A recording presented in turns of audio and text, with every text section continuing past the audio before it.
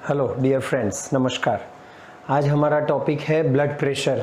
Common problem है आजकल, young age से बड़ी उम्र तक के लोग बीपी या उसकी गोली और उसकी तकलीफ़ों से परेशान हो रहे हैं। तो आज हम थोड़ा ब्लड प्रेशर के बारे में डिस्कस करते हैं। तो बीपी जनरली सब जानते हैं कि 120/80 आइडियल रेशियो है। कुछ उम्र के बाद 10 पॉइंट जितना ऊपर बीपी 120 का 130 तक रहेगा तो दिक्कत नहीं होगी।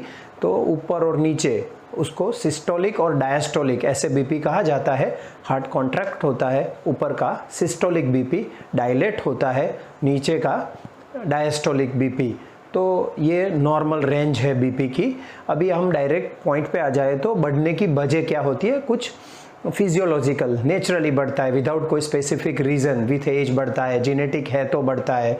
फिर लाइफस्टाइल ठीक नहीं है, food habits, lack of exercise, फिर उसके बाद थोड़ा थोड़ा बढ़ता है। कंटिन्यूस कोई stress, depression, anxiety, under pressure जीता है तो फिर बीपी बढ़ता है। ये नॉर्मल फिजियोलॉजिकल रीज़न होता है। कुछ पैथोलॉजिकल, अंदर की बॉडी की कुछ अंदर की बीमारियां बीपी बढ़ा देती है, जिसमें हमारा ब्लड थिक हो जाता है, पाथवे नैरो हो जाता है, कोलेस्ट्रॉल या अंदर इन्फ्लेमेशन, सूजन की वजह से।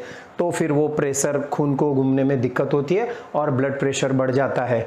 किडनी डिजीज़ है रूटीन, तो ये भी बीपी बढ़ाता है। और काफ़ी सारी वजह है बीपी बढ़ने की।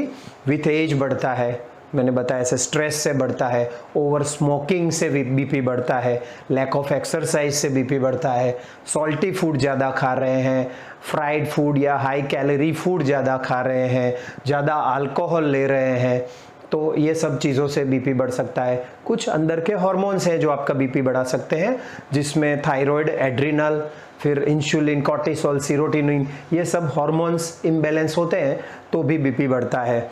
प्रेगनेंसी में बीपी बढ़ सकता है, मेनोपॉज में कुछ मेटाबॉलिज्म वगैरह डाउन होके बीपी बढ़ता है। तो ये सब चीज़ों से बीपी बढ़ सकता है। और जब बीपी बढ़ता है तो कुछ सिम्टम्स इनिशियली तो बॉडी देता नहीं है, तो लोगों को पता नहीं चलता है। कुछ बॉडी चेकअप कराने के लिए, कुछ दूसरी बीमारी के लिए डॉक्टर्स के पास जाते हैं, वो लोग बीपी चेक करते हैं, तब बताते हैं कि आपका तो बीपी बढ़ रहा है। तो जिनके जेनेटिक में बीपी है, जिनका ओबेसिटी है, जिनके लाइफस्टाइल में एक्सरसाइज नहीं है, उनको बीपी 25-30 साल की उम्र के बाद रेगुलर चेक कराते रहना चाहिए। और जब बीपी बढ़ता है तो बॉडी खुद उसको रिकवर करने के लिए ट्राई करती है। किडनी है ना, सॉल्ट एंड वाटर को फ्लश आउट करने का ट्राई करती है। बीपी अगर लो हो जाता है तो स्टोर करने का ट्राई करता है। ऐसा गॉड ने एक सिस्टम अंदर बनाया है। तो इनिशियली मैंने बताया, ऐसे पता तो नहीं चलेगा कि बीपी बढ़ रहा है, तो आपको चेकअप कराते रहना चाहिए।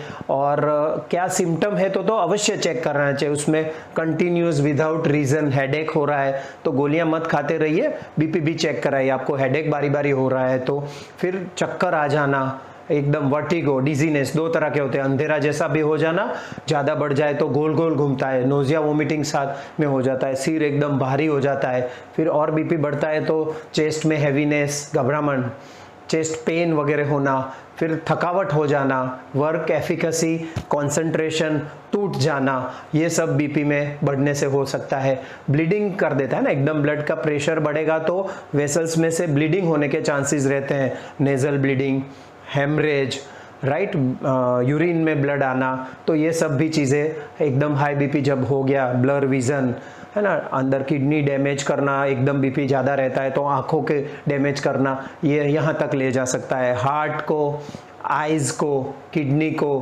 ब्रेन को, वेसल्स को कंटिन्यूस बीपी बढ़ने से काफ़ी डैमेज हो सकता है।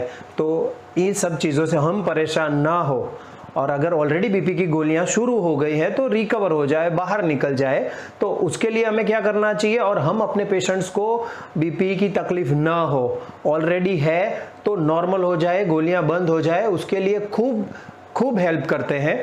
तो लाइफस्टाइल मॉडिफिकेशन इनिशियली करवाते हैं हम, और आपको करना चाहिए।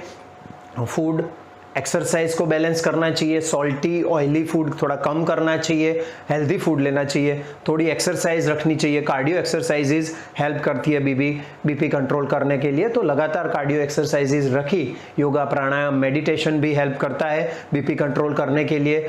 तो salt restricted diet, SRD, alcohol ज़्यादा जा रहा है तो कम करो, स्मोकिंग ज़्यादा कर रहे हो तो कम करो, ये सब oily high cholesterol, high calorie food ले रहे हैं तो कम करो। ओवरवेट हो, वेट रिडक्शन करोगे तो बीपी कंट्रोल होने के पूरे चांसेस है। इवन गोलियां भी हमारे पेशेंट्स को हम वेट रिडक्शन एकदम तरीके से कराते हैं तो उनकी गोलियां भी बंद हो जाती है। रेगुलर मॉनिटर करते हैं, किसी को रैंडमली ऐसे गोली तो बंद नहीं करवा सकते हैं, पर लाइफस्टाइल मॉडिफिकेशन से ब्लड प्रेशर कंट्रोल हो जाता है। Stress free life, good sleep, healthy eating, ये सब चीज़ें आपको बीपी कंट्रोल करने के लिए हेल्प करेगी। तो आप या आपका कोई फैमिली मेंबर ब्लड प्रेशर की बीमारी से परेशान हो रहा है तो आप खुद ट्राई कीजिए मैंने जो टिप्स दिए हैं ऐसे, और फिर भी अगर गोलियां शुरू हो गई या दिक्कत है या ओबेसिटी है तो आप हमको संपर्क कीजिए। हमारा एक अच्छा ऑनलाइन पोर्टल है, हम वीडियो कंसल्टेशन देते हैं, जैसे आप रूबरू मिले वैसे ही हम सर्विस देते हैं। और गुजरात में हमारे सेंटर्स भी है,